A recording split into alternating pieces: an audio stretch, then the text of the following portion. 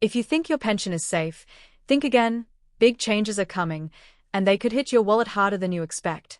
From August 2025, new rules will decide how much you get, what you're allowed to own, and even whether you still qualify at all. For many Aussie seniors, this isn't just a policy shift, it's a moment that could shape the rest of their retirement.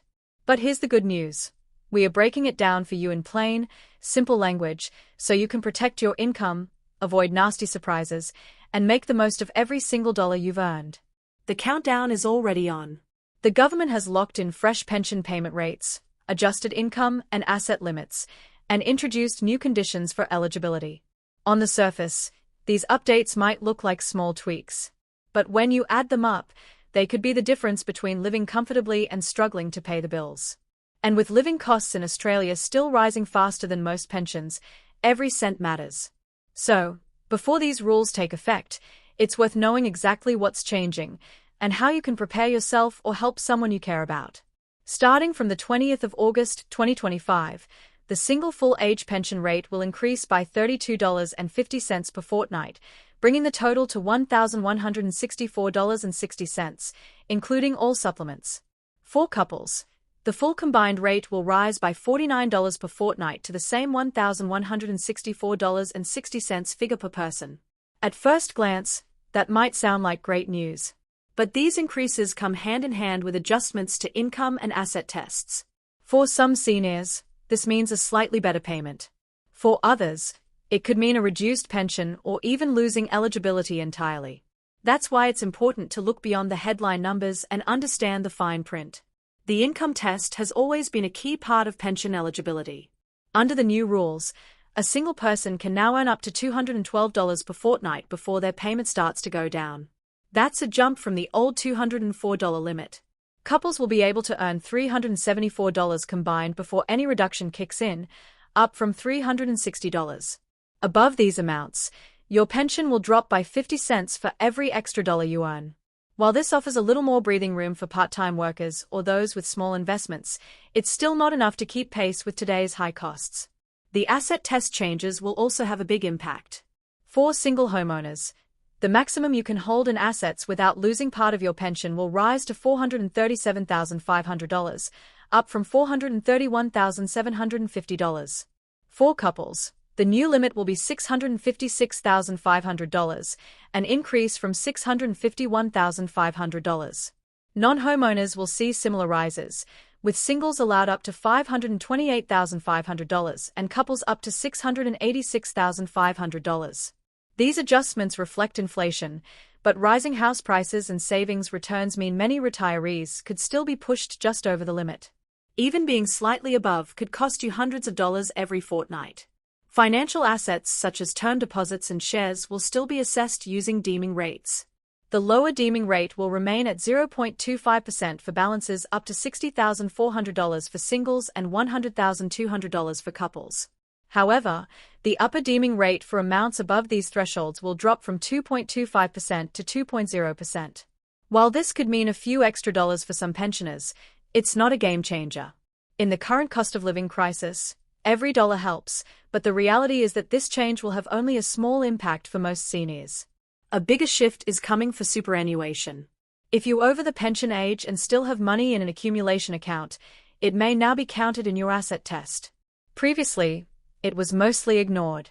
This means you could lose part of your pension unless you start drawing from your super or restructure your finances. Financial advisors are already warning seniors to review their plans before these rules come into effect, so you don't get caught out with a sudden drop in income. Reporting rules are also tightening. Seniors with part-time jobs or investment income will need to report any changes within 14 days instead of 28.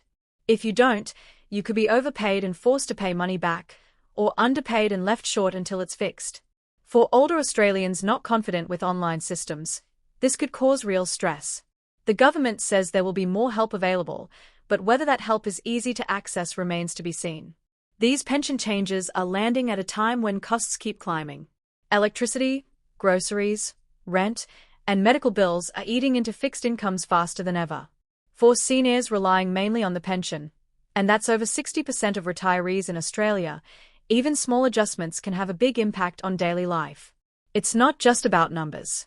It's about being able to live with security and dignity in your later years. There's also a change to the pension work bonus. Pensioners will now be able to earn an extra $300 per fortnight without it affecting their payment, up from $250. This could be a welcome boost for those who want to stay in the workforce, but for others, it might feel like pressure to keep working even if they are not physically up to it. Ideally, it should be about choice, not necessity. Centrelink will also roll out a new automated review system in August.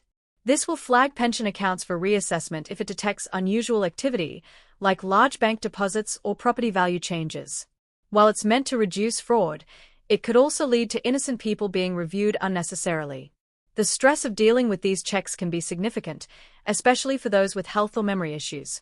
The new rules will also tighten gift tracking.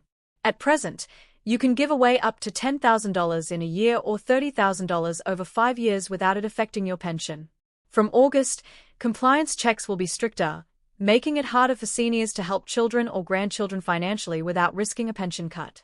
This could put many in a difficult position, torn between helping family and protecting their own income. Self-funded retirees, those who don't get the pension but still struggle, won't benefit much from these changes. However, there's talk of expanding the Commonwealth Seniors Health Card later in 2025, which could provide some relief. For now, many in this group remain stuck between earning just enough to miss out on benefits, but not enough to feel secure. Another change will affect aged care costs. From August, income and asset assessments for aged care will more closely match pension calculations. This could mean higher fees if your pension drops due to the new rules.